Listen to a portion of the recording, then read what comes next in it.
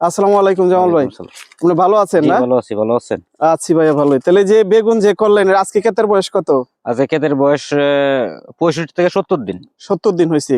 কি বেগুন তুলছেন? হ্যাঁ, বেগুন হারভেস্ট করছি। হারভেস্ট করছেন না? কয়বার তুলছেন? তুলছি দুইবার। দুইবার তুলছেন। হুম। তাহলে এখন তো মূলত মোটামুটি মাশাআল্লাহ দেখা যাচ্ছে। এরপরে আপনি মালচিংও দিছেন। জি। মালচিংও দিছেন। তো এই পর্যন্ত আপনার যে আমরা একটু চাষীদের উদ্দেশ্যে বলতে চাই আর কি, যে আপনি মোটামুটি ক্ষেত মাশাআল্লাহ ভালোই আছে। এরপরও আপনি কোন সময় কি কি করছেন একটু বলেন তো দেখি। আমি মানে এই মালচিং দেওয়ার আগে জৈব সার দিছি 2 বস্তা। আচ্ছা হ্যাঁ, টিএসপি সার দিছি, ইউরিয়া দিছি, আচ্ছা এমওপি দিছি, দিয়ে চাষ করিয়া এরপরে মালচিং দিয়া পানি রাখছি 1 ফিটের মতন। মানে পুরাটা, মানে বেডটার উপরে পানি আচ্ছা পানি রাখছি প্রায় 10-15 দিন। মানে এক পানির মধ্যে 15 দিন লাগাতে আর এর মধ্যে কোনো কিছু করিনি। এরপর মাটি শুকাইলে এরপরে আস্তে আস্তে গর্তটা করছি, করে এরপরে মাটিটা শুকাইলে এরপরে চারাটা লাগাইছি। আচ্ছা। চারা লাগানোর পরে আমি কোনো সার সার প্রয়োগ করি না এখন পর্যন্ত সার দেন না, যেহেতু মালচিং দিয়ে করছেন সার দেওয়ারও কথা না।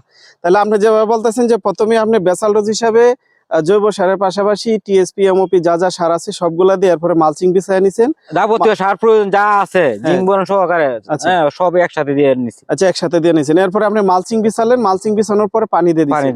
পানি দেওয়ার পরে আপনি 15 দিন পরে চারা লাগাইছেন। সব ঠিক আছে, কিন্তু একটু সমস্যা হলো যে এই যে সাইডটা ব্লক করেন নাই, সাইডটা একটু ব্লক করে দিতে হবে।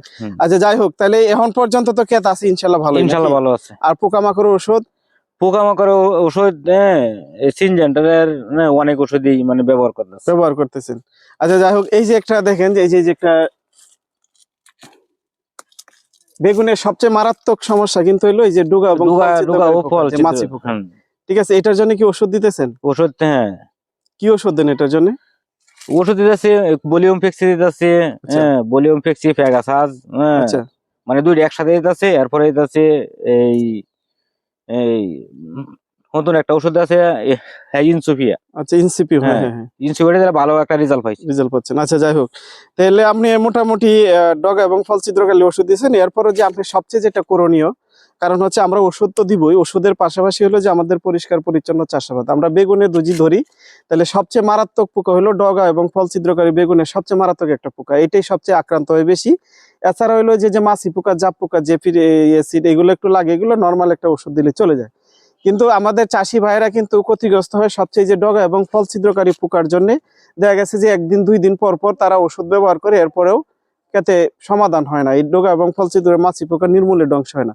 তাহলে আমরা জামাল ভাইয়ের ক্ষেতে আসলাম, খুব সুন্দর লাগলো যে উনি কিন্তু মালচিং দেওয়া পরেও উনি নিয়মিত ওষুধ দিতেছে, পাশাপাশি উনি সেক্স ফেরোমন ফাঁদ যেটা আছে ওইটাও ব্যবহার করছেন। কিন্তু ওইখানে আরেকটা বিষয় হলো যে এই ডগা এবং ফল ছিদ্রকারী পোকা ধুজি আপনি 100 ভাগ নির্মূলে যাইতেছেন, তাইলে আপনি কি ক্ষেতটা আগে পরিষ্কার পরিচ্ছন্ন রাখতে হবে। সেজন্য কি করতে হবে, প্রথমে ক্ষেতের কেল দিতে হবে, উত্তর দক্ষিণে কেল দিতে হবে। আর আপনি যেভাবে দিচ্ছেন সব ঠিক আছে। নিচের যে বাত্তি পাতাগুলো আছে, রোগাক্রান্ত যে পাতাগুলো আছে, নিচের পাতা কাইটে একদম পরিষ্কার রাখতে হবে, যাতে নিয়মিত আলো বাতাস চলাচল করতে পারে। ঠিক আছে, ক্ষেতে কোনো আগাছা থাকা যাবে না, বুঝতে পারছেন? এরপর হলো যে ধুজি একটা যে ডুকা দেখেন, এই যে ডুকাটা, এটা যেমন এই যে নিয়ে পড়ছে, এই যে ভিতরে দেখেন ভিতরে কিরা আছে কিন্তু, হ্যাঁ, এটা যে নয় পড়ছে, ওই ডুগাটার 1 ইঞ্চি পরিমাণ কাইটা ওই প্রত্যেকটা ডুগাও কিন্তু একত্রিত করে এখানে মাটির নিচে গাড়ি নিতে হবে।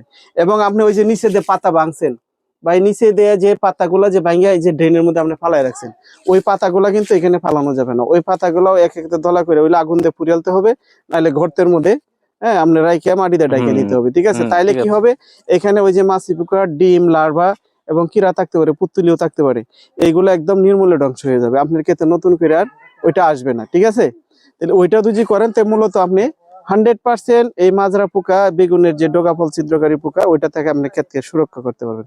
এখন ধরেন যে তাপ বেশি হবে চৈত মাস, ঠিক আছে, ওই তাপের মধ্যে দেখবেন যে আদার্স কোনো ফসল নাই, এবং আপনাদের এই বেগুন ক্ষেতের চারপাশে কিন্তু গাছ আছে, বিভিন্ন গাছ।